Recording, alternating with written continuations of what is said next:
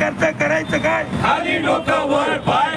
म्हणजे संसदेमध्ये बोलताना ते असे म्हणले की आंबेडकर आंबेडकर आंबेडकर अगर इतने बार अगर नाम आप भगवान का लेते तो 7 बार आपको स्वर्ग मिल जाता.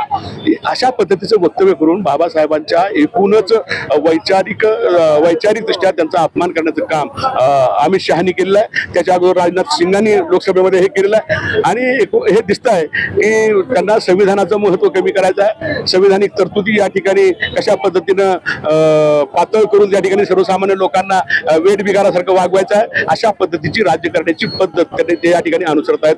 आणि म्हणून आम्ही त्यांचा निषेध करतो.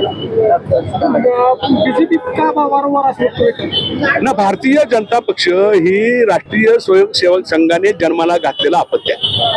आणि राष्ट्रीय स्वयंसेवक संघाचा निर्मितीपासूनचाच हा उद्देश आहे की या देशाला हिंदू राष्ट्र बनवायचं आहे. हिंदू राष्ट्र बनवायचं असेल तर या देशामध्ये सगळ्यात पहिले शत्रू जर या देशातल्या लोकांची कुणी असतील तर ते सांगतात मुसलमान, ख्रिश्चन आणि कम्युनिस्ट हे या देशाचे मुख्य शत्रू आहेत असं कोण सांगतं? गोळवलकर सांगतात त्यांच्या बंच ऑफ थॉट्स मध्ये. आणि तोच विचार घेऊन हे सगळे काम करतात. भारतीय जनता पक्ष असंच बोलणार. भारतीय जनता पक्ष काल जे आता आमच्या महाराष्ट्र विधानसभेचे बरेच आमदार त्या रेशीम बागेमध्ये गेले ते अभ्यास वर्ग गेला काय ज्ञानामृत पिऊन बौद्धिक घ्यायला गेले होते. तिथं त्यांना काय बौद्धिक मिळालं असेल? त्यांना तिथे हेच बौद्धिक मिळालं असेल की तुम्ही अशा पद्धतीनं अनुसूचित जाती जमाती अल्पसंख्याकांना दाबण्याचं काम करा आणि सत्ता प्रस्थापित करा, सत्तेवर वर्चस्व ठेवा, पैसा, गुंडगिरी, दहशत हे सगळं वापरून तुम्ही त्या ठिकाणी सत्ता प्राप्त करा असं कोणी सांगितलं असणार? हे मोहन भागवतांनी आणि त्यांच्या RSSने त्यांना सांगितलं असणार. असाच त्यांचा अभ्यास वर्ग झाला असणार. आणि अशा पद्धतीने भारतीय जनता पक्ष ज्यावेळेला यांचं समर्थन करतो तर हे त्यांची मानसिकता आहे, त्यांची मूळ प्रवृत्ती आहे ती, आणि त्यांना तेच करायचं आहे. आणि म्हणून ते बोलत आहेत अमित शहाचा राजीनामा घेतलाच पाहिजे. अमित शहाला क्षणभर एक मिनिट सुद्धा त्या पदावर अरे अंतर्गत सुरक्षा देशाची हाती तुम्ही तुमच्या नियंत्रणामध्ये असते.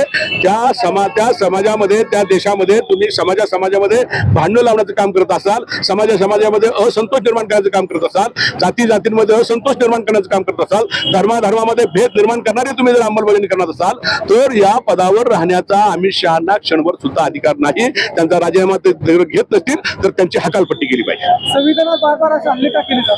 संविधान हे या देशातल्या मनोवादी लोकांच्या आयुष्यामधला सर्वात मोठा अडथळा आहे. हे संविधान निर्माण झाल्यामुळे आणि त्याची स्वीकृती केल्यामुळेच या देशातल्या ब्राह्मण्यवादी लोकांचं संपूर्ण वर्चस्व संपलेलं आहे.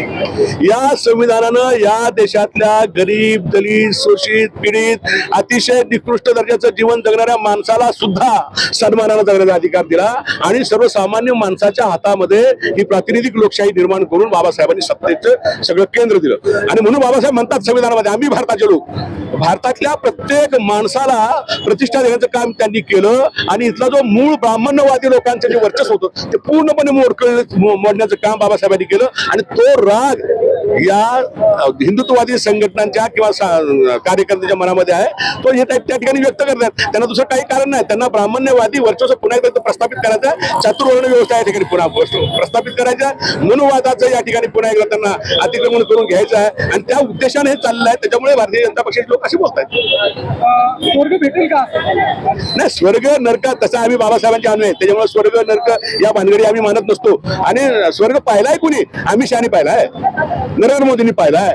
जर पाहून तुम्हाला सांगायचं अमित शहाला मी म्हणतो की अमित शहा तुम्ही कुठेतरी रेल्वे खाली जा, मरा, स्वर्ग बघून परत येऊन आम्हाला सांगा काहीतरी.